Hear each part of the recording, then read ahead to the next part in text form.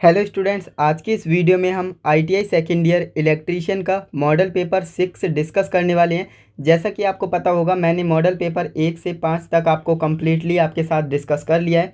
And मैंने आपको बोला था मैं आपको टोटल 6 मॉडल पेपर कराने वाला हूँ, है ना। और इन 6 मॉडल पेपर से ही आपके सीबीटी एग्ज़ाम में क्वेश्चंस पूछे जाएंगे, जो कि आज हमारा लास्ट सेट पेपर है, जो कि मॉडल पेपर 6 है। तो आप इस वीडियो को कंप्लीट देखिएगा, जिससे कि आपका ये मॉडल पेपर भी अच्छे से क्लियर हो जाए।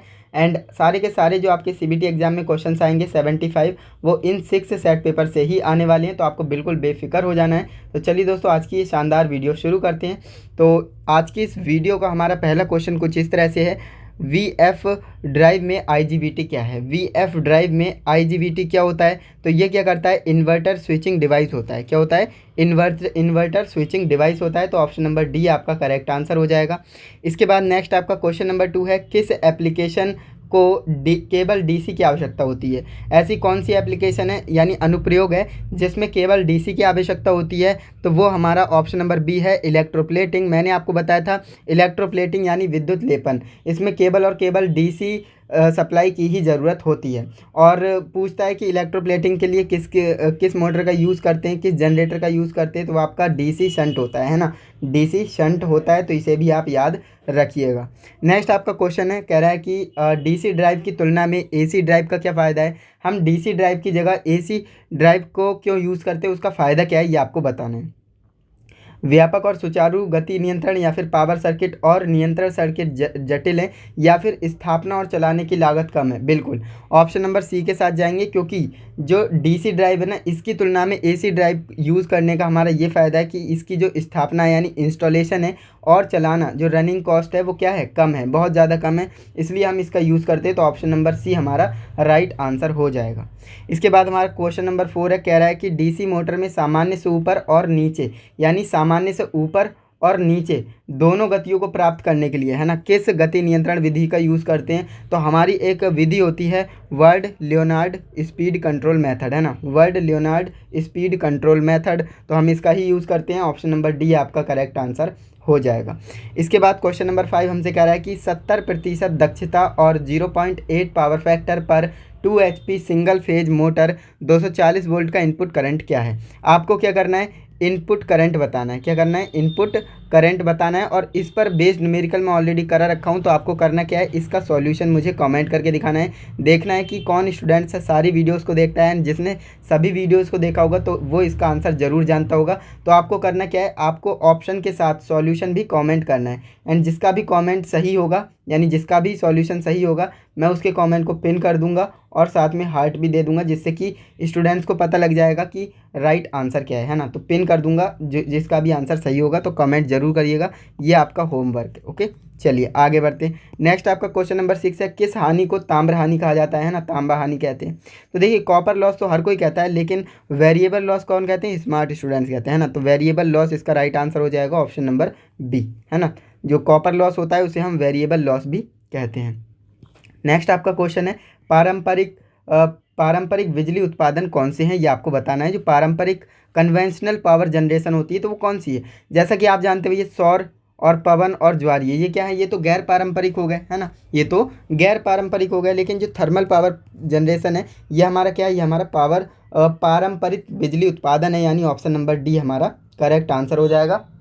और इस पर बेस मैंने ऑलरेडी काफ़ी सारे क्वेश्चंस करा दिए हैं, आपको डाउट बिल्कुल भी नहीं होना चाहिए। नेक्स्ट आपका क्वेश्चन है, गति नियंत्रण की कौन सी विधि डीसी श्रृंखला मोटर यानी डीसी सीरीज मोटर की रेटेड गति से क्या कह रहा है, कम गति प्रदान करती है ना। और जब भी कहेगा कि रेटेड गति से कम गति प्रदान करती है, तो वो आपका आर्मेचर डाइवर्टर मेथड होता है। कौन होता है, आर्मेचर डाइवर्टर मेथड होता है। तो ऑप्शन नंबर सी आपका करेक्ट आंसर हो जाएगा। क्लियर है ना। चलिए आगे बढ़ते हैं। नेक्स्ट आपका क्वेश्चन नंबर 9 है, कह रहा है कौन सा एम्पलीफायर न्यूनतम विरूपण के साथ दिया गया लाभ उत्पन्न करता है। तो ऐसा कौन सा एम्पलीफायर है, तो उसे हम क्या कहते हैं, देखिए, सामान्य आधार एम्पलीफायर, या फिर आरसी युग्मन एम्पलीफायर, या फिर छोटा सिग्नल एम्पलीफायर। ये तो नहीं होगा। आपका right answer option number D के साथ जाएगा, वोल्टेज एम्पलीफायर। उसे क्या कहते हैं, वोल्टेज एम्पलीफायर कहते हैं। तो ऑप्शन नंबर डी आपका राइट आंसर हो जाएगा।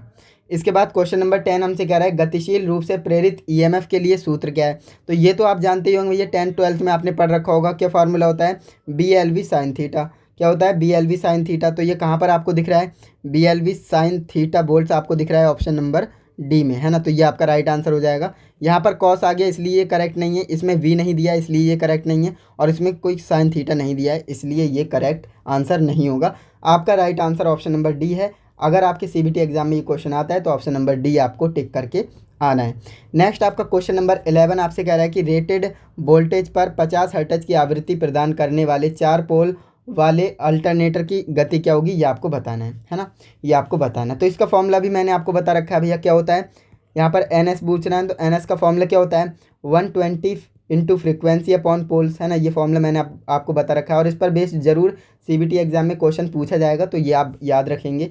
तो 120 इंटू फ्रिक्वेंसी कितनी दे रखी है, तो 50 दे रखी है, तो यहाँ पर 50 आ जाएगा। पोल कितने दे रखे हैं, तो पोल यहाँ पर 4 दे रखे हैं, तो 4 यहाँ पर आ जाएगा। काटा पीटी करेंगे, आंसर निकालेंगे, कितना आएगा 4 3 12 होता है, तो यहाँ पर 30 हो गए। 30 की मल्टीप्लाई हम 50 से करेंगे तो कितना आ जाएगा, यहाँ पर आ जाएगा 1500, है ना। 1500 यहाँ पर राइट आंसर आ जाएगा। तो कहाँ पर है 1500 RPM आपको ऑप्शन नंबर बी में दिख रहा है ना, तो ऑप्शन नंबर बी यहाँ पर करेक्ट आंसर हो जाएगा। कोई दिक्कत नहीं होगी, काफ़ी बेसिक क्वेश्चन चल रहे हैं। नेक्स्ट आपका क्वेश्चन नंबर 12 है, आपसे कह रहा है कि AC इंडक्शन मोटर के टॉर्क और स्लिप के बीच क्या संबंध है। और मैंने आपको बता रखा है कि जो टॉर्क होता है ना, अगर टॉर्क बढ़ेगा तो क्या होगा, स्लिप भी बढ़ेगा, यानी टॉर्क बढ़ेगा तो स्लिप बढ़ेगा, टॉर्क घटेगा तो स्लिप भी घटेगा, ये रिलेशन होता है दोनों में। तो देखिए यदि टॉर्क घटता है तो स्लिप ये तो नहीं होगा, टॉर्क घटता है तो स्लिप बढ़ता है, ऐसा नहीं है, टॉर्क बढ़ता है तो स्लिप भी बढ़ता है। बिल्कुल सही, ऑप्शन नंबर सी के साथ जाएंगे, बिल्कुल करेक्ट आंसर हो जाएगा। इसमें हमें बोला जा रहा है कि टॉर्क बढ़ेगा तो स्लिप भी बढ़ेगा, है ना। अगर यहाँ पर कहता है कि टॉर्क घटेगा तो स्लिप भी घटेगा, वो भी आपका राइट आंसर होता है ना। इसके बाद हमारा नेक्स्ट आपका क्वेश्चन नंबर 13 है, जो कि आपसे कह रहा है सर्वो वोल्टेज स्टेबलाइजर में किस ट्रांसफार्मर का उपयोग किया जाता है। जो सर्वो वोल्टेज स्टेबलाइजर होता है तो उसमें हम स्टेप अप ट्रांसफार्मर का यूज़ करते हैं, बिल्कुल नहीं। नियत वोल्टेज ट्रांसफार्मर का यूज़ करते हैं, ये भी नहीं करते। स्टेप डाउन का भी नहीं करते। हम करते हैं जो हमारा टोरोइडल होता है ना, टोरोइडल ट्रांसफार्मर, उसका यूज़ करते हैं। तो ऑप्शन नंबर सी यहाँ पर करेक्ट आंसर हो जाएगा। क्लियर है, चलिए आगे बढ़ते हैं। नेक्स्ट हमारा 14 नंबर क्वेश्चन है, जो कि हमसे कह रहा है 3 phase slip ring induction motor को शुरू करने के लिए किस रोटर स्टार्टर का उपयोग करने का उद्देश्य क्या है ना। जो रोटर प्रतिरोध स्टार्टर होता है ना, हम इसे क्यों यूज़ करते हैं, इसका रीज़न आपको बताना है, इसका उद्देश्य क्या है, पर्पस क्या है इसका, है ना। तो ये क्या करता है, आर्मेचर स्टार्टिंग टॉर्क को क्या करता है भैया, बढ़ाता है ना। ये वोल्टेज कम करता है ऐसा कुछ नहीं, करंट को बढ़ाता है या फिर बिजली की कम। ये आपका right answer option number D के साथ जाएगा। ये क्या करता है ना, स्टार्टिंग टॉर्क को बढ़ा देता है जिससे कि मोटर जो है घूम जाती है। तो ऑप्शन नंबर डी आपका क्या होगा, राइट आंसर हो जाएगा। चलिए आगे बढ़ते हैं। नेक्स्ट हमारा क्वेश्चन है, IGBT का कौन सा अवगुण है। यहाँ पर आपको डीमेरिट बताना है IGBT का। IGBT का डीमेरिट क्या होता है, तो इसका जो है डीमेरिट क्या होगा, ये जो है स्थैतिक चार्ज समस्या है ना, इसमें स्टैटिक चार्ज प्रॉब्लम आ जाती है, तो ये इसका एक डीमेरिट होता है। तो ऑप्शन नंबर ए आपका यहाँ पर राइट आंसर होगा। इसके बाद आगे बढ़ते हैं। तो नेक्स्ट हमारा 16 नंबर क्वेश्चन है, कंट्रोल सर्किट का उपयोग किस ऑपरेशन में किया जाता है। ये जो आपके लिए दे रखा है ना, और ये मैंने सारे के सारे चित्र वाली क्लास में कंप्लीट करा रखे हैं। तो एक बार आप चित्र वाली क्लास ज़रूर देखिएगा, क्योंकि मैं आपको बार बार इसलिए बता रहा हूँ क्योंकि आपके 15 से 20 क्वेश्चंस आप मान करके चलिए कि चित्र वाले ही होते हैं। यानी कि आपके एक क्वेश्चन 2 नंबर का है, तो लगभग आपको मैं बताऊं तो 15 से 20 नंबर आपके क्या है, फिक्स है ना। तो इसलिए आपको करना क्या है, चित्र वाली क्लास ज़रूर देख लेना है, क्योंकि मोस्ट इंपॉर्टेंट क्लास है, उसमें सारे चित्र मैंने कवर कर लिए हैं। तो यहाँ पर इस चित्र को देख करके आपको बताना है कि कंट्रोल सर्किट का उपयोग हम किस ऑपरेशन में करते हैं इस वाले का। तो इसका हम करते हैं भैया इंचिंग में। किसका, इंचिंग में यूज़ करते हैं। तो ऑप्शन नंबर सी आपका करेक्ट आंसर हो जाएगा। ये आपको इंचिंग ऑपरेशन में इसका यूज़ करते हैं इस सर्किट का। नेक्स्ट आपका क्वेश्चन है, कह रहा है 3 फेज मोटर वाइंडिंग का नाम क्या है यदि कुंडल पिच पोल पिच से कम है। यानी कुंडल मतलब कॉइल पिच क्या है, पोल पिच से कम है। और जब पोल पिच से कम होती है कॉइल पिच, तो उसे हम कहते हैं शॉर्ट कोडेड वाइंडिंग। क्या कहते हैं, शॉर्ट कोडेड वाइंडिंग। तो ऑप्शन नंबर डी में मिल रहा है, तो ऑप्शन नंबर डी यहाँ पर करेक्ट आंसर आ जाएगा, शॉर्ट कोडेड वाइंडिंग। अगर यहाँ पर होता उल्टा, जैसे पोल पिच है ना, जो कुंडल पिच है यानी कॉइल पिच पोल पिच से अधिक होती तो आपका लॉन्ग कोडेड वाइंडिंग हो जाता। अगर बराबर होती तो आपका क्या हो जाता, तो आपका फुल पिच हो जाता है ना, फुल पिच वाइंडिंग। तो इसे आप याद रखेंगे। नेक्स्ट आपका क्वेश्चन नंबर 18 है, कह रहा है गति नियंत्रण की कौन सी विधि डीसी शंट मोटर को निर्धारित गति से कम गति प्रदान करती है। तो मैंने आपको बताया था ना, अगर निर्धारित गति से कम गति की बात करेगा तो आर्मेचर के साथ जाएंगे। आर्मेचर कंट्रोल मेथड, क्या armature control method, option number C यहाँ पर करेक्ट आंसर हो जाएगा। इसके बाद नेक्स्ट क्वेश्चन है, कह रहा है यदि कॉइल पिच पोल पिच से कम है तो वाइंडिंग का नाम। ये तो क्वेश्चन रिपीट हो गया। अभी मैंने आपको बताया था ना कि जो हमारा कॉइल पिच है, कॉइल पिच पोल पिच से कम है, यहाँ पर भी भाई पूछा है ना, कॉइल पिच पोल पिच से कम है तो उसे क्या कहते हैं, शॉर्ट कोडेड वाइंडिंग कहते हैं। क्या कहते हैं, शॉर्ट कोडेड वाइंडिंग, यानी ऑप्शन नंबर डी में है, तो ऑप्शन नंबर डी यहाँ पर करेक्ट आंसर आ जाएगा, शॉर्ट कोडेड वाइंडिंग। नेक्स्ट हमारा क्वेश्चन कह रहा है कि चित्र में दिखाए गए नियंत्रण पैनल वायरिंग में प्रयुक्त वायरिंग सहायक उपकरण का नाम बताना है, जो कि यहाँ पर आपको दे रखा है। और इसे आप ज़रूर याद कर लीजिए, ये वाला चित्र हर सेट में पूछा जाएगा, है ना, तो इसका नाम याद रख लीजिएगा। और मुझे पूरी उम्मीद है सारे स्टूडेंट्स को पता होगा इसका नाम। इसे हम कहते हैं डिन रेल। क्या कहते हैं, डिन रेल कहते हैं। तो ऑप्शन नंबर सी में है, तो ऑप्शन नंबर सी हमारा करेक्ट आंसर आ जाएगा। जी चैनल क्या होता है, ये जी की तरह होता है ना। और एक क्वेश्चन और पूछता है डिन रेल से रिलेटेड, कहता है डिन रेल का यूज़ क्यों करते हैं, तो इसमें हम जो है कनेक्टर्स का बिना स्क्रूज़ के उसमें फिट करने के लिए इसका यूज़ करते हैं ना।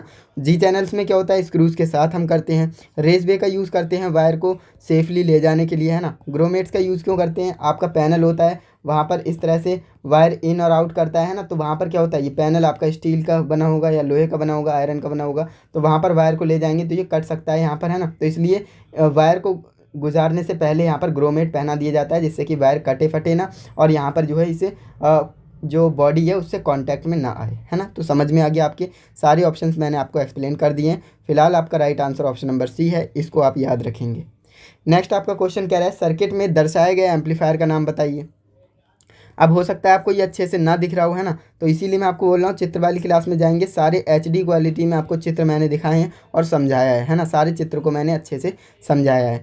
तो ये हमारा कौन सा होता है, ये हमारा वोल्टेज एम्पलीफायर होगा। कौन सा होगा, वोल्टेज एम्पलीफायर होगा, तो ऑप्शन नंबर डी आपका करेक्ट आंसर हो जाएगा। इसके बाद नेक्स्ट आपका क्वेश्चन कह रहा है चित्र में दिखाए अनुसार एक्स से चिन्हित भाग का नाम बताइए। ये वाले पार्ट का नाम आपसे पूछ रहा है, इसका नाम क्या है ना, एक्स से चिन्हित भाग का नाम। तो इसे हम क्या कहते हैं, ऑक्सिलरी कॉन्टैक्ट कहते हैं। क्या कहते हैं, ऑक्सिलरी कॉन्टैक्ट यानी सहायक संपर्क।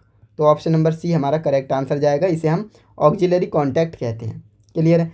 नेक्स्ट हमारा क्वेश्चन नंबर 23 है, जो कि कह रहा है तारों का गुच्छा करने के लिए कौन से केबल बांधों का उपयोग किया जाता है ना। तो ये भी मैंने आपको बताया था कि PVC जो बांध होता है, PVC टाई होती है, उसका हम यूज़ करते हैं। तो ऑप्शन नंबर बी में हमें मिल रहा है, ऑप्शन नंबर बी हमारा करेक्ट आंसर हो जाएगा। यहाँ पर स्टूडेंट्स गलती ये करते हैं, नायलॉन टाई लगा करके आ जाते हैं, जो कि गलत हो जाएगा। याद रखेंगे ऑप्शन नंबर बी हमें लगा करके आना है। नेक्स्ट हमारा क्वेश्चन है, और ये हमसे कह रहा है DC कंपाउंड मोटर के घूर्णन की दिशा बदलने के लिए, है ना, आर्मेचर की दिशा बदलना क्यों बेहतर है। यानी हमारे पास DC कंपाउंड मोटर है, हम उसकी रोटेशन की दिशा बदलना चाह रहे हैं, तो आर्मेचर की धारा की दिशा बदलना क्यों बेहतर होता है, ये आपको बताना है। तो भैया मोटर की जो विशेषताएं होती हैं, कैरेक्टरिस्टिक्स होती हैं, उन्हें बनाए रखने के लिए, उन्हें मेंटेन करने के लिए हम ऐसा करते हैं। तो ऑप्शन नंबर ए हमारा राइट आंसर हो जाएगा। इसके बाद नेक्स्ट क्वेश्चन है, और इस क्वेश्चन का आंसर हर एक स्टूडेंट्स को पता ही होगा, ऐसा मुझे पूरी उम्मीद है ना, क्योंकि ये क्वेश्चन बिल्कुल बेसिक क्वेश्चन है। चित्र में दर्शाया गया DC जनरेटर के भाग का नाम बताइए। ये DC जनरेटर का भाग का नाम है, और इसका आपको नाम बताना है क्या है।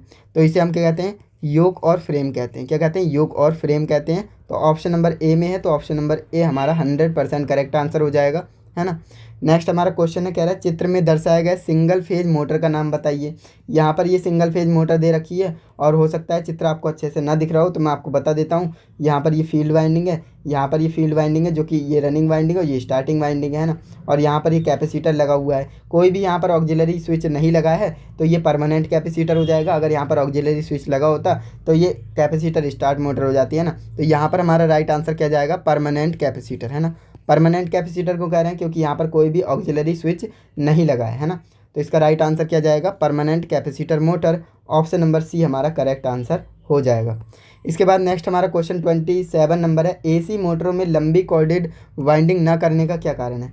हम यहाँ पर जो है AC वाइंडिंग में लंबी कॉर्डेड वाइंडिंग क्यों नहीं करते, क्योंकि भाई जाहिर सी बात है, लंबी कॉर्डेड वाइंडिंग करेंगे तो उसमें ज़्यादा वाइंडिंग तार की आवश्यकता होगी, है ना, ज़्यादा वाइंडिंग तार की आवश्यकता होगी, और इससे बचने के लिए हम इसका यूज़ नहीं करते हैं, यानी लंबी कॉर्डेड वाइंडिंग नहीं करते हैं। तो ऑप्शन नंबर डी हमारा क्या होगा, राइट आंसर हो जाएगा। इसके बाद 28 नंबर क्वेश्चन हमसे कह रहा है चित्र में दर्शाया गया। देखिए इसी सेट में आप ध्यान से देखेंगे ना, तो जो मैंने आपको 6 मॉडल पेपर कराए हैं ना, आप ध्यान से देखेंगे तो उनमें लगभग 15 से 20 जो आपके क्वेश्चंस हैं, या फिर 10 से 15 कह लीजिए, आपके चित्र वाले क्वेश्चंस ही होते हैं, है ना। यहाँ पर भी आपने देख लिया कितने ज़्यादा चित्र वाले क्वेश्चन पूछ रहा है, तो इसीलिए कह रहा हूँ चित्र वाले क्वेश्चन ज़रूर आपको तैयार कर लेने हैं। यानी चित्र वाले आपने क्वेश्चन तैयार कर लिए ना, तो मतलब 20 से 25 नंबर आपने फिक्स कर लिए, है ना। तो इसीलिए आपको बोल रहा हूँ चित्र वाली क्लास ज़रूर देखिएगा। आपको लिंक डिस्क्रिप्शन में मिल जाएगा, या फिर आप वीडियो जाकर देख सकते हैं, चैनल पर अपलोडेड है। कह रहा है कि चित्र में दर्शाया गया सर्किट का आपको नाम बताना है, इसका नाम क्या है। तो इसे हम क्या कहते हैं भैया, ऑप्शन नंबर सी करेक्ट है, jogging control circuit with selector switch. यानी जॉगिंग कंट्रोल सर्किट तो है, लेकिन सेलेक्टर स्विच के साथ है ना। तो ऑप्शन नंबर सी आपका राइट आंसर हो जाएगा।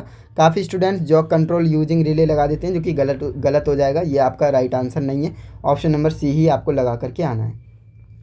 नेक्स्ट आपका क्वेश्चन कह रहा है कि यदि ट्रांसफार्मर का केंद्र नल, है ना, जो सेंटर पॉइंट होता है ना, सेंटर टेप होता है, वो तरंग जो रेक्टिफायर होता है सर्किट में खुला है, तो आउटपुट वोल्टेज क्या होगा, ये आपसे बोल रहा है। भाई जाहिर सी बात है यार, जब यहाँ पर मेरा एक वायर जा रहा है ना, और यहाँ पर ये एक लैंप लगा है, मैं आपको सिंपल लैंग्वेज में समझा रहा हूँ, ये लैंप लगा है और यहाँ पर फेज न्यूट्रल अच्छे से जा रहा है, तो ये जलेगा, है ना। अगर यहाँ पर वायर क्या हो गया, बीच में भैया ब्रेक हो गया, टूट गया, खुल गया, है ना, तो क्या ये जल पाएगा, नहीं जलेगा। तो इसलिए यहाँ पर क्या है, शून्य वोल्टेज, है ना, जीरो वोल्टेज आ जाएगा, कोई वोल्टेज ही नहीं होगा। तो ऑप्शन नंबर ए आपका करेक्ट आंसर हो जाएगा, है ना।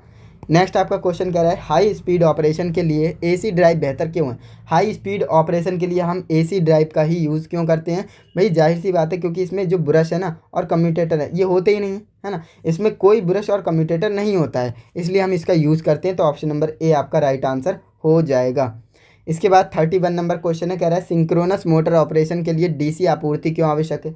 जो सिंक्रोनस मोटर होती है ना, उसके लिए डीसी आपूर्ति क्यों आवश्यक है। मोटर को ओवरलोड के साथ चलाने के लिए, या फिर मोटर को तुल्यांकित गति से चलाने के लिए, या फिर हानियों को कम करने के लिए, या फिर शुरू में मोटर स्टार्ट करें। तो देखिए काफ़ी स्टूडेंट्स शुरू में मोटर स्टार्ट करें लगा करके आते हैं, जो कि गलत हो जाएगा, ऐसा बिल्कुल भी नहीं है। ऑप्शन नंबर डी आपका गलत हो जाएगा।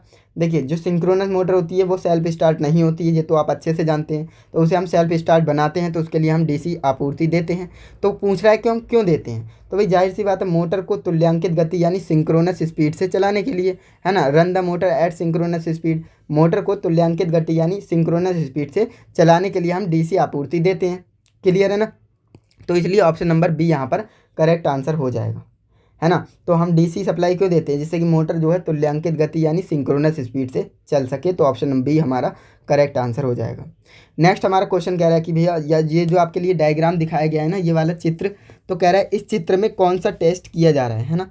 इस चित्र में which test is conducted in an alternator shown in the figure.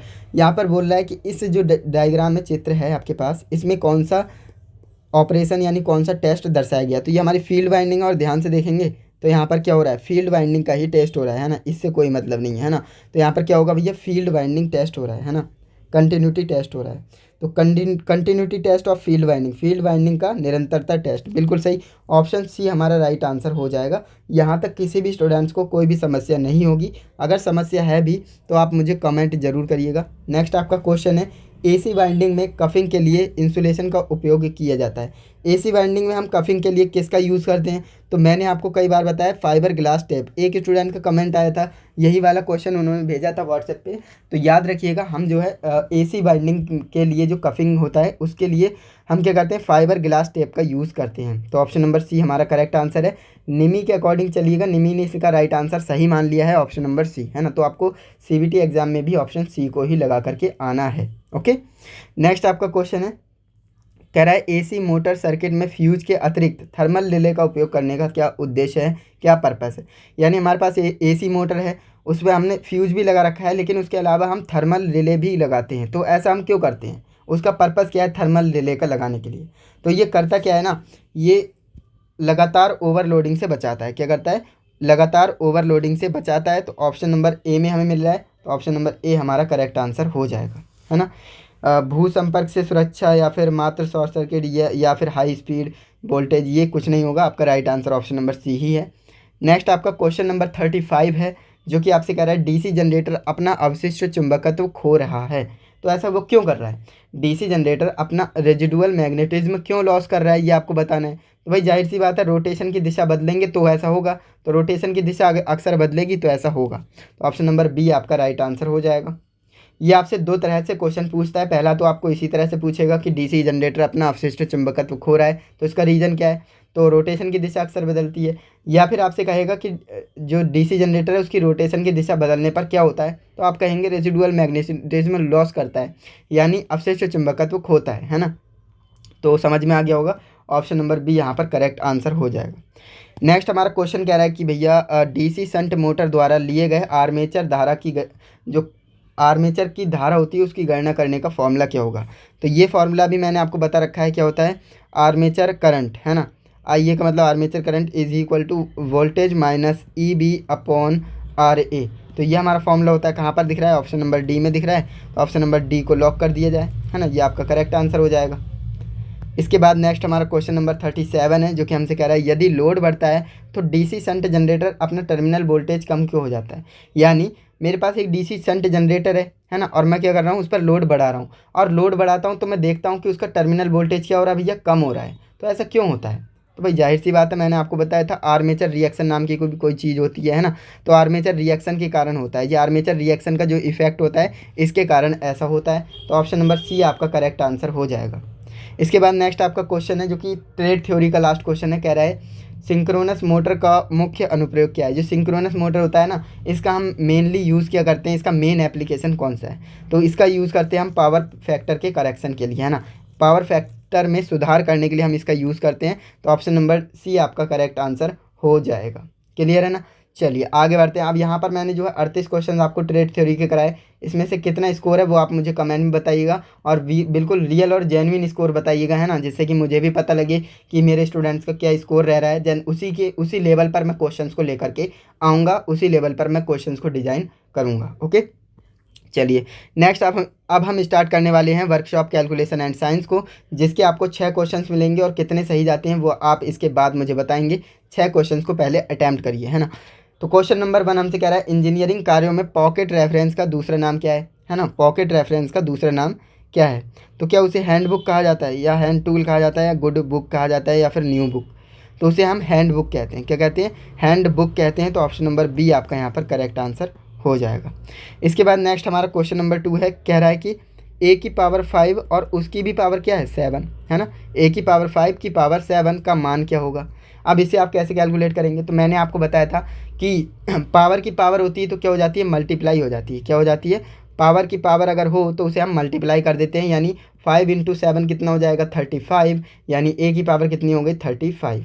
Clear है ना। तो ए की पावर 35 कहाँ पर है, ऑप्शन नंबर ए में है। तो ऑप्शन नंबर ए आपका करेक्ट आंसर हो जाएगा। क्लियर है ना। यहाँ तक किसी भी स्टूडेंट्स को किसी भी प्रकार का डाउट नहीं होगा, है ना। काफ़ी आसान था, पावर की पावर आपको दिखा तो मल्टीप्लाई कर देना। नेक्स्ट आपका क्वेश्चन है इंजीनियरिंग ड्राइंग का क्या उपयोग है। इंजीनियरिंग ड्राइंग का हम क्यों यूज़ करते हैं, तो भाई याद रखिएगा सामग्री और कार्य के निष्पादन का आकलन करने के लिए, है ना। तो ऑप्शन नंबर ए के साथ जाएंगे, ए आपका राइट आंसर हो जाएगा। रंगीन उपस्थिति के लिए, या फिर लागत को कम करने के लिए, या फिर लागत को बढ़ाने के लिए, ऐसा कुछ भी नहीं है। आपका right answer option number A ही जाएगा। नेक्स्ट आपका क्वेश्चन कह रहा है कि भैया 5a² × b × 8 a की पावर 5 × b³।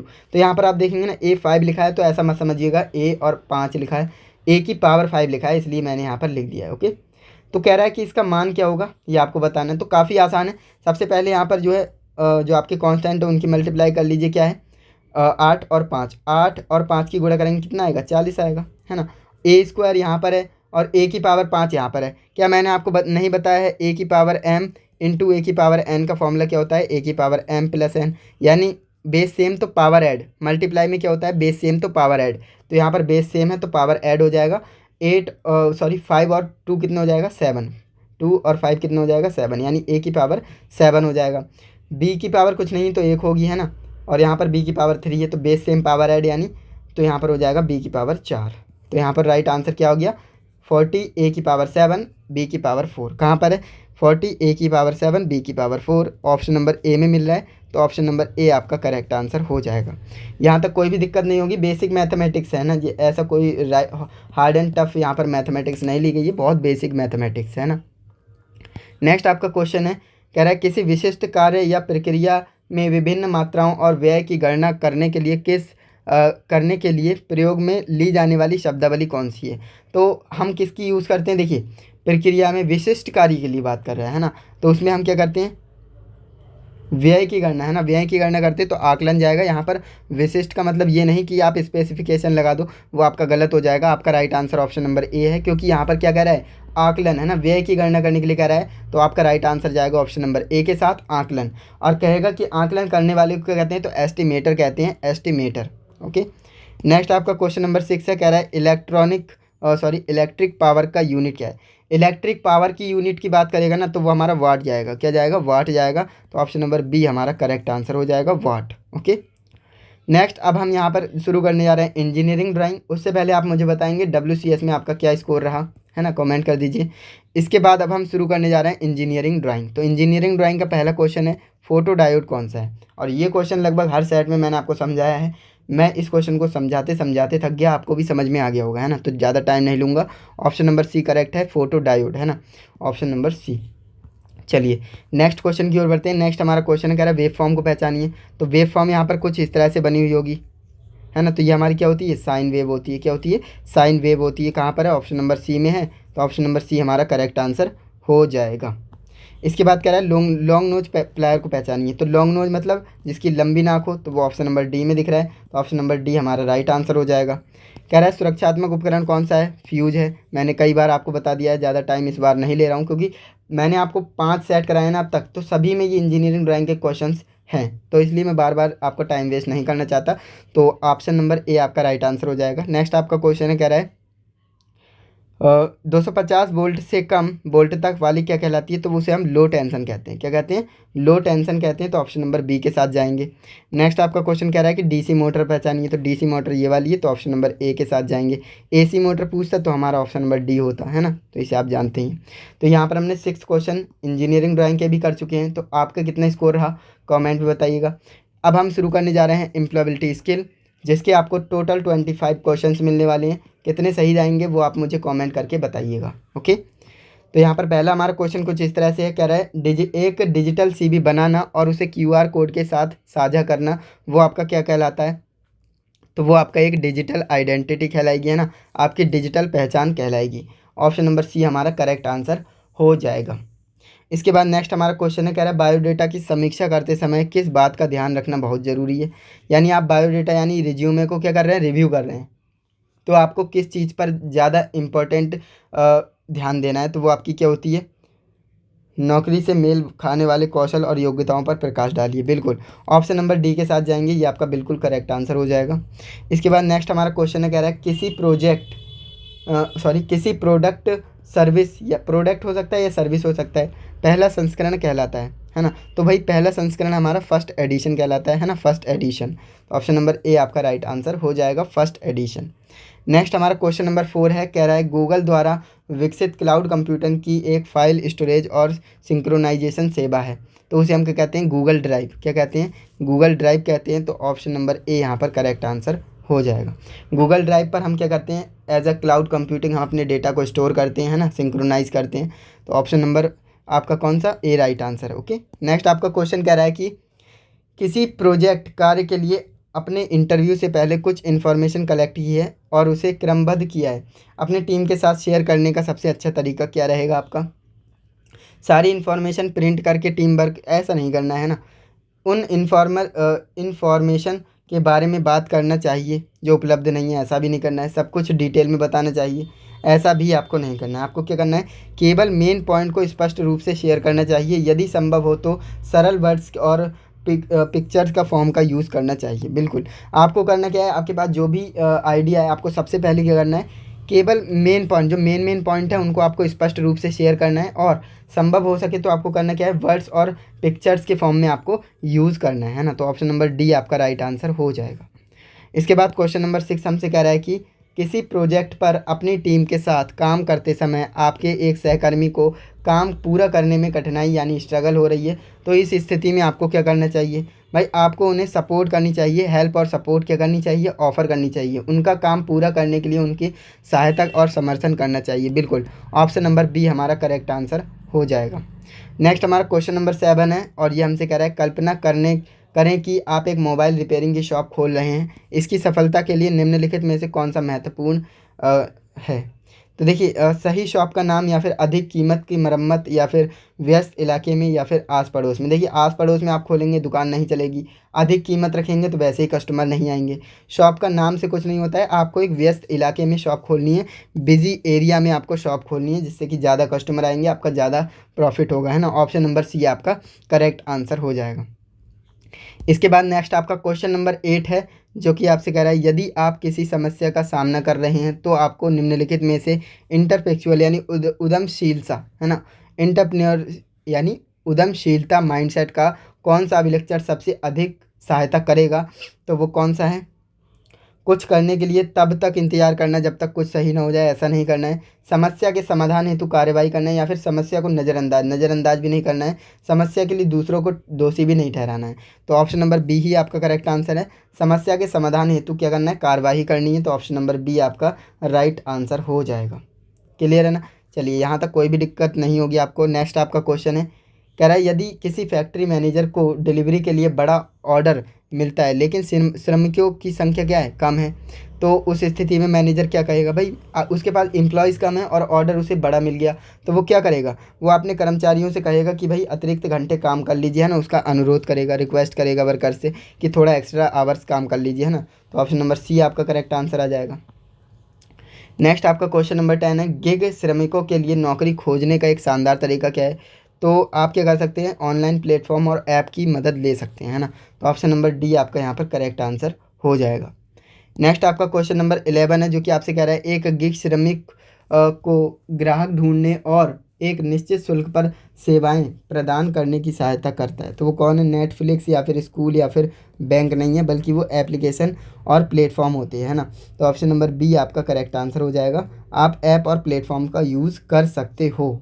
नेक्स्ट आपका क्वेश्चन नंबर 12 है जो कि आपसे कह रहा है एक गतिविधि है जहां संस्थान से अपनी पढ़ाई पूरी कर चुके हैं छात्र वर्तमान छात्रों क्या कर रहा है, छात्र वर्तमान छात्रों से बात करने आते हैं, है ना। तो उसे हम क्या कहते हैं, जॉब मेला, एलुमनी इंगेजमेंट या फिर कॉन्फ्रेंस या फिर कैंपस इंटरव्यू। तो इसका राइट आंसर की बात करें तो उसे हम कहते हैं ऑप्शन नंबर डी यानी एलुमनी इंगेजमेंट। क्या कहते हैं, एलुमनी इंगेजमेंट कहते हैं। तो ऑप्शन नंबर डी हमारा राइट आंसर आ जाएगा, क्योंकि संस्थान से अपनी पढ़ाई पूरी कर चुके हैं छात्र तो दूसरी जगह जाएंगे तो उसे एलुमनी इंगेजमेंट कहते हैं। ऑप्शन नंबर डी हमारा करेक्ट आंसर हो जाएगा। तो चलिए दोस्तों अब हम देख लेते हैं नेक्स्ट क्वेश्चन को जो कि हमारा है 13 नंबर क्वेश्चन। कह रहा है कोविड के बाद कार्यस्थल कैसे बदल गए हैं, यानी जो कोविड-19 आया था तो उसके बाद जो कार्यस्थल कैसे बदल गए हैं, वर्क प्लेस कैसे बदल गए हैं। तो आप जानते होंगे भैया कार्य जो कोविड से पहले सारी जो जॉब्स थी वो शायद जो आपकी जो ऑफिस से होती थी, लेकिन कोविड के बाद क्या हुआ, काफ़ी सारी जॉब्स घर से होने लगी, है ना। तो ऐसे में क्या हुआ, आज के टाइम में जॉब्स बिल्कुल मिक्स हो चुकी हैं, यानी घर से भी काम हो रहा है और ऑफिस से भी हो रहा है ना। तो इसलिए क्या होगा, मिक्सर हो गया इनका, है ना, मिक्सचर हो गया है। तो इसलिए व्यक्तिगत और घरेलू कार्य का मिश्रण, ये आपका राइट आंसर जाएगा ऑप्शन नंबर ए के साथ। ऐसा बिल्कुल भी नहीं कि नौकरी के अवसर कम हो गए हैं या फिर टेक्नोलॉजी पर कोई फोकस नहीं है या फिर कम घंटों में काम नहीं हो रहा है, ऐसा कुछ भी नहीं है। आपका राइट आंसर ऑप्शन नंबर ए जाएगा जो कि यहाँ पर है। तो दोस्तों इसके बाद हमारा नेक्स्ट क्वेश्चन नंबर 14 है जो कि कह रहा है फॉर्मल रिटन कम्युनिकेशन का क्या उदाहरण होगा, है ना, ये आपको बताना है। यहाँ पर 4 ऑप्शंस आपके सामने, आपको बताना है फॉर्मल रिटन कम्युनिकेशन कौन सा है।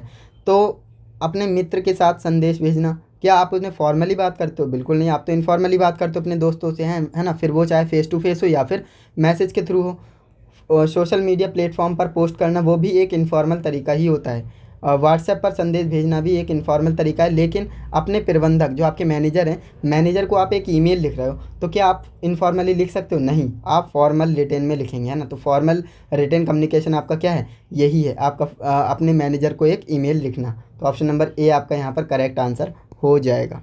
चलिए आगे बढ़ते हैं।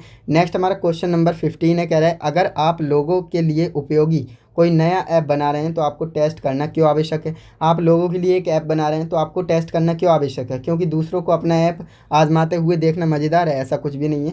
यह देखने के लिए कि लोग इसका उपयोग कैसे करते हैं और बेहतर बना सकते हैं। बिल्कुल, ऑप्शन बी आपका करेक्ट आंसर है। हम ये देखना चाहते हैं कि लोग इसे यूज़ करेंगे तो उन्हें क्या क्या प्रॉब्लम्स आएंगी, वो कैसे इसे बेहतर तरीके से यूज़ कर पाएंगे, इसलिए हम टेस्ट करते हैं। तो ऑप्शन नंबर बी हमारा करेक्ट आंसर हो जाएगा। इसके बाद नेक्स्ट हमारा क्वेश्चन है, कह रहा है नमस्ते, आप कैसे हैं, क्या चल रहा है। ये किस तरह का उदाहरण है? तो ये एक इनफॉर्मल तरीका है। आपने कहा नमस्ते, क्या आप कैसे हैं, क्या चल रहा है वगैरह, ये इनफॉर्मल कम्युनिकेशन में आता है। तो इनफॉर्मल कम्युनिकेशन यानी ऑप्शन नंबर बी आपका करेक्ट आंसर हो जाएगा। इसके बाद नेक्स्ट हमारा 17 नंबर क्वेश्चन है, कह रहा है रिक्त स्थानों को उचित शब्दों से भरें ताकि एक सार्थक शब्द बन सके, है ना। आपको यहाँ पर कुछ सार्थक शब्द बनना है, उचित शब्द भरना है जिससे एक सार्थक शब्द बन सके। तो यहाँ पर मैं आपको बताऊँ, जैसे यहाँ पर लिखा है tell us about a difficult situation you have and have you to come. यानी जो सिचुएशन होती है ना, डिफ़िकल्ट सिचुएशन, सबसे पहले आप उसे फेस्ड करते हो, उसके बाद आप उसे मैनेज करते हो। अब यहाँ पर आप देखेंगे फेस और मैनेज लिखा है फर्स्ट फॉर्म में, लेकिन हमें यह थर्ड फॉर्म लगानी है। तो यहाँ पर फेस्ड आ जाएगा और यहाँ पर मैनेज्ड आ जाएगा, है ना। तो फेस्ड और मैनेज्ड ऑप्शन नंबर डी के साथ जाएंगे, बिल्कुल करेक्ट आंसर हो जाएगा फेस्ड और मैनेज्ड। कोई भी सिचुएशन होती है, डिफ़िकल्ट सिचुएशन होती है, तो उसे हम सबसे पहले फेस करते हैं, उसके बाद उसे मैनेज करते हैं, है ना। तो इसे आप याद रखेंगे। नेक्स्ट हमारा क्वेश्चन है 18 नंबर, कह रहा है कंपनियों को नौकरी के लिए लोगों का चयन करने के लिए सबसे महत्वपूर्ण डॉक्यूमेंट कौन सा है। यानी कंपनियों को नौकरी के लिए लोगों का चयन करना है ना, तो सबसे महत्वपूर्ण जो डॉक्यूमेंट है वो कौन सा है भाई, आपका रिज्यूमे, है ना। सर्टिफिकेट नहीं होगा, आपका रिज्यूमे, है ना। ऑप्शन नंबर सी आपका करेक्ट आंसर हो जाएगा, रिज्यूमे। आप अगर नौकरी पाना चाहते हो, आवेदन करना चाहते हो, सबसे पहले आप रिज्यूमे बनाएंगे, रिज्यूमे के बाद कवर लेटर बनाएंगे, फिर अप्लाई करेंगे, फिर आप इंटरव्यू की तैयारी करेंगे, उसके बाद जाकर आपकी जॉब लगेगी। तो ये एक सीक्वेंस होता है ना। तो ऑप्शन नंबर सी आपका राइट आंसर है। नेक्स्ट आपका क्वेश्चन नंबर 19 है, कह रहा है कार्यस्थल में ओपन लर्निंग का एक उदाहरण कौन सा है। कार्यस्थल पर आप ओपन लर्निंग कैसे कर सकते हैं, सहकर्मियों से फीडबैक लेने से बचना, या फिर कार्य प्रक्रियाओं में परिवर्तनों को स्वीकार करना और अपनाना। बिल्कुल, जो आजकल काम में परिवर्तन हो रहे हैं, टेक्नोलॉजी आ गई है, इससे क्या हो रहा है, कार्य के जो प्रोसेस हैं, काम करने के जो तरीके हैं, उनमें परिवर्तन हो रहा है ना। और उन्हें हमें क्या करना है, एक्सेप्ट करना है, उनसे बचना नहीं है, भागना नहीं है ना, उन्हें एक्सेप्ट करना है और अपनाना है ना, अडॉप्ट करना है और एक्सेप्ट करना है। तो ऑप्शन नंबर बी आपका यहाँ पर राइट आंसर हो जाएगा। नेक्स्ट हमारा क्वेश्चन नंबर 20 कह रहा है विकल्पों में से कौन सा इनपुट डिवाइस है। यहाँ पर आपको इनपुट डिवाइस बताना है। तो मैंने आपको बताया था स्पीकर, स्पीकर से हमें गाने सुनाई देते हैं, है ना, हमें कुछ सुनाई दे रहा है, मतलब ये आउटपुट हो गया। प्रिंटर से हमें क्या मिलता है, प्रिंट करके मिलता है, तो ये भी एक आउटपुट हो गया। मॉनिटर पे हमें स्क्रीन पर चित्र वगैरह दिखते हैं, तो ये भी एक आउटपुट हो गया। लेकिन कीबोर्ड एक इनपुट डिवाइस है, क्योंकि हम इसको कोई भी, जैसे कीबोर्ड पर नाम लिखा होता है तो हम ABCD जो भी प्रेस करते हैं तो वो हमें मॉनिटर पे दिखता है ना। तो ये क्या हो गया, ये इनपुट डिवाइस हो गया। ऑप्शन नंबर सी आपका करेक्ट आंसर हो जाएगा। नेक्स्ट आपका क्वेश्चन है उचित वर्णनात्मक शब्दों से वाक्य को पूरा करें। यहाँ पर देखिए, यहाँ पर लिखा है the transportation to some rural areas is difficult as a road are. यानी जो ट्रांसपोर्टेशन है ना वो डिफ़िकल्ट है, कहाँ पर, जो रूरल एरियाज़ हैं, कुछ ऐसे रूरल एरियाज़ हैं जहाँ पर ट्रांसपोर्टेशन क्या है, डिफ़िकल्ट है। तो ऐसा क्यों होता है, जो वहाँ के रोड है ना वो कैसे, अनइवन, यहाँ पर लिखा है ना रोड्स आर अनइवन। अनइवन मतलब वहाँ पर खड्डे वगैरह हैं ना, इसलिए आपका right answer option number A हो जाएगा। नेक्स्ट आपका क्वेश्चन कह रहा है plan, prepare, perform is related to. Triple P आपने सुना होगा, 3P, है ना, जो कि IT फर्स्ट ईयर में मैंने आपको बताया था। 3P का मतलब क्या होता है, 3P का मतलब होता है प्लान, है ना, और प्रिपेयर और परफॉर्म, ये होता है इसका मतलब। तो इसका मतलब ये किससे रिलेटेड है, ये आपसे पूछ रहा है, ये रिलेटेड किससे, संबंधित किससे है। तो मैंने आपको बताया था ये आपका रिज्यूमे या फिर व्यक्तिगत या फिर कार्य से नहीं, बल्कि साक्षात्कार से रिलेटेड है। आप एक इंटरव्यू अटेंड करना चाह रहे हैं तो आपको 3P रूल लगाना पड़ेगा। यानी सबसे पहले प्लान करिए किस तरह से होगा, प्रिपेयर करिए, और उसके बाद आप परफॉर्म करिए, है ना। तो आपका ऑप्शन नंबर ए यहाँ पर करेक्ट आंसर हो जाएगा। इसके बाद हम नेक्स्ट क्वेश्चन की ओर चलते हैं। तो नेक्स्ट हमारा क्वेश्चन है, कह रहा है ईमेल लिखते समय विषय का स्पष्ट रूप से उल्लेख करना क्यों आवश्यक है। आप ईमेल लिखते हो तो वहाँ पर एक सब्जेक्ट का ऑप्शन आता है, सब्जेक्ट लिखना क्यों ज़रूरी है ये आपको बताना है। यह दिखाने के लिए कि आपके पास अंग्रेजी का अच्छा कौशल है, ऐसा कुछ भी नहीं है, आप शो ऑफ नहीं कर रहे हो, है ना। कंपनी को यह बताने के लिए कि ईमेल किस बारे में। बिल्कुल, ऑप्शन नंबर बी हमारा करेक्ट आंसर है, क्योंकि हम सब्जेक्ट में ये लिख देते हैं कि ईमेल किस बारे में है। जैसे मान लीजिए छुट्टी रिलेटेड है तो आप हॉलीडे लिख सकते हो, है ना, जिससे कि पता लग जाए कंपनी को कि जो ईमेल है वो किसके रिगार्डिंग आया है, किस सब्जेक्ट से रिलेटेड है। तो ऑप्शन नंबर बी हमारा करेक्ट आंसर है। नेक्स्ट क्वेश्चन है 24 नंबर, कह रहा है आपसे अनुरोध है कि दिए गए कार्य को सोमवार तक पूरा करें। यह किसका उदाहरण है, ये आपको बताना है। यानी ये एक फॉर्मली तरीका है ना, यहाँ पर कोई रिक्वेस्ट या फिर कोई ऑर्डर या फिर इनफॉर्मल कम्युनिकेशन नहीं हो रही है, बल्कि ये फॉर्मल तरीका है कहने का कि आपसे रिक्वेस्ट है, आपसे अनुरोध है कि आप क्या करेंगे, अपने दिए गए कार्य को सोमवार तक पूरा करेंगे। तो ऑप्शन नंबर डी आपका राइट आंसर हो जाएगा। इसके बाद नेक्स्ट हमारा क्वेश्चन है, आपसे कह रहा है व्हाट्सएप का उपयोग, है ना, आपका बेकरी का बिजनेस है, व्हाट्सएप का उपयोग करने से आपके व्यवसाय को किस प्रकार मदद मिलेगी, है ना। आपका बेकरी का बिजनेस है तो आप व्हाट्सएप से कैसे हेल्प ले सकते हो। दोस्तों से बात करके ऐसा नहीं है, स्थिति अपडेट जांच करके ऐसा भी नहीं है, बेकिंग ट्यूटोरियल वीडियो देख करके व्हाट्सएप पे कोई ट्यूटोरियल वीडियोज़ नहीं आती हैं, है ना। ग्राहक के ऑर्डर्स और प्रश्नों का शीघ्रता से उत्तर दें। आपको क्या करना है, क्विकली रिस्पॉन्स करना है कस्टमर के ऑर्डर्स का और उनके क्वेश्चंस का। तो ऑप्शन नंबर सी हमारा करेक्ट आंसर हो जाएगा। क्लियर है, यहाँ तक कोई भी दिक्कत, अगर आपको कोई भी दिक्कत है, कोई भी प्रॉब्लम है, डाउट्स हैं, तो आपको क्या करना है, कमेंट कर देना है, जिससे कि मैं आपका रिप्लाई कर सकूँ, क्योंकि सारे क्वेश्चंस का रिप्लाई किया जाता है। तो कमेंट जरूर करिएगा। बाकी मैंने आपको पर्सनल नंबर भी दे रखा है, किसी भी क्वेश्चन में डाउट हो जो कि आपका निमी कुछ और मान रहा है, मैं कुछ और बता रहा हूँ, तो आप उसका स्क्रीनशॉट मुझे भेज सकते हो मेरे पर्सनल नंबर पर। नंबर है 491493874140। तो इस पर ज़रूर भेजिएगा। बाकी अगर आपको वीडियो पसंद आई है तो वीडियो को लाइक करें, ज़्यादा से ज़्यादा शेयर करें अपने दोस्तों के साथ, जिससे कि वो भी इस वीडियो को देख करके फ़ायदा उठा सके, है ना। उन्हें भी बताइए कि सुपर 6 मॉडल पेपर तैयार करके बड़े ही आसान तरीके से पास हुआ जा सकता है। एंड चैनल पर नए हैं तो चैनल को सब्सक्राइब कर लेना, जिससे कि आने वाली वीडियोस जो कि आपके लिए हेल्पफुल रहने वाली हैं उनकी नोटिफिकेशन आपको मिल पाए, है ना। तो सब्सक्राइब जरूर करिएगा। बाकी आपको अगर इसकी PDF चाहिए, वो भी बिल्कुल फ्री में, तो आपको क्या करना है, टेलीग्राम पर जाना है, वहाँ पर RV ट्यूशन क्लासेस को सर्च करना है, वहाँ पर आपको PDF मिल जाएगी बिल्कुल फ्री में। तो आप डाउनलोड कर सकते हो सुपर 6 मॉडल पेपर्स को, एंड वहाँ से आप अपनी तैयारी कर सकते हो। तो आज के लिए बस इतना ही, मिलते हैं नेक्स्ट इंटरेस्टिंग इन्फॉर्मेटिव वीडियो के साथ। तब तक के लिए जय हिंद, वंदे मातरम।